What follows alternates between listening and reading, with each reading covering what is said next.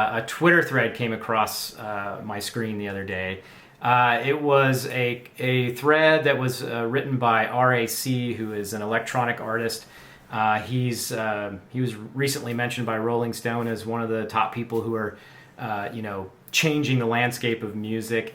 He's got a collection of audio-visual collaborations with a visual artist and his music on Super Rare, which is an NFT platform. And, it was a rebuttal to a post that was made by itch.io, which is sort of an open source gaming platform. Itch was claiming that NFTs are financial scams that exploit creators, destroy the environment, and ruin the world. So in his thread, he, right off the bat, acknowledges two of the main points. One, that there are some environmental concerns with NFTs. But we just discussed this with proof of work and proof of stake.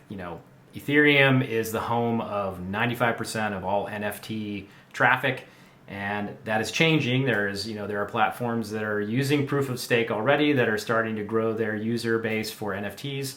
But also Ethereum itself is moving to the proof of stake model, which is going to be a tremendous reduction in energy use to handle all these NFT transactions.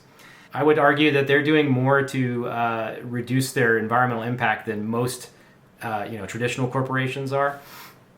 So he addresses that concern.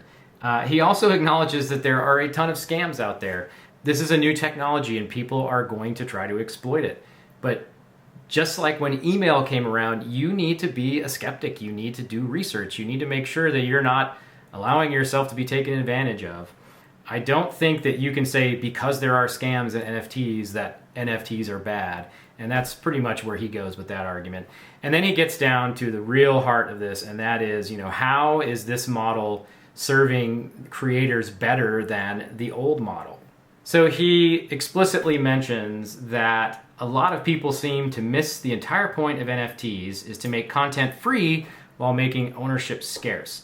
Nobody is forcing you to pay for an NFT. You can still enjoy it for free alongside everybody else. You like my music? You can have it for free.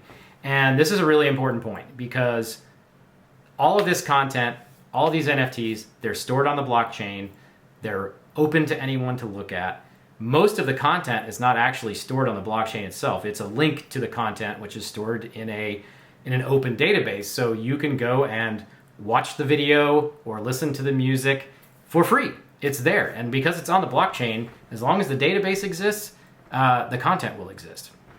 So what he's saying is that a lot of these models that are using subscriber revenues and ad revenues are going to be made irrelevant, because if you want to create value in the Web3 economy, it's going to be about curation again.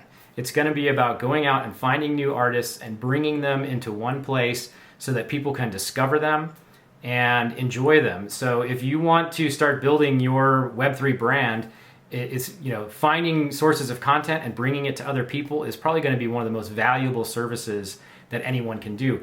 And there will be a market for a website that does that, but it's going to end up being free, or the creators themselves are going to pay a small, affiliate fee to that site to get people interested in their work. So the model's going to get turned on its head. And, like I said, anybody who stands in between creators and their audience and their community stands to lose a lot in the transition from Web 2 to Web 3. And he brings up a game that he scored that sold on Itch, and in 2 years it brought in $132. Well, that's a pretty incomplete story. He doesn't mention the name of the game. There could have been any number of reasons why that game didn't succeed. It could have been a bad game, could have had bad marketing. So I don't know that that's really a valid point in this argument. He feels like Itch is kind of losing the plot when it comes to NFTs. And that's because their business model relies on aggregating content and selling it to other people in exchange for probably advertising and revenues. And they're right in the middle of the creator and the user. And so anybody who's in that position is going to go down kicking and screaming against Web3 as it develops. So he goes on to talk about how the technology is new, it's janky, it's in adolescence, it's clumsy, and it's learning where all of its parts are and how to use them. So people need to just give it some room to grow and breathe. The real takeaway here is the last comment he makes in the thread, and he said that he's got 3.5 million unique downloads on Spotify, and he's been able to make more money from 5 collectors, and he lists the collectors, so if you want to send them a message, you can ask them how they feel about all this. He made more money off of these 5 collectors than he's been able to do in 15 years in the business. And a lot of people are getting upset at this. I'll put a link to his webpage. He is selling a single audio visual collaborative NFT for something like 200 ETH. That's a lot of money. But this guy has spent years and years and years building his craft, honing his skills, and he has built an audience big enough that he can filter out just enough people to keep him working and pay for his bills. And those 5 collectors recognize the value that he brings, and they're willing to pay what he was asking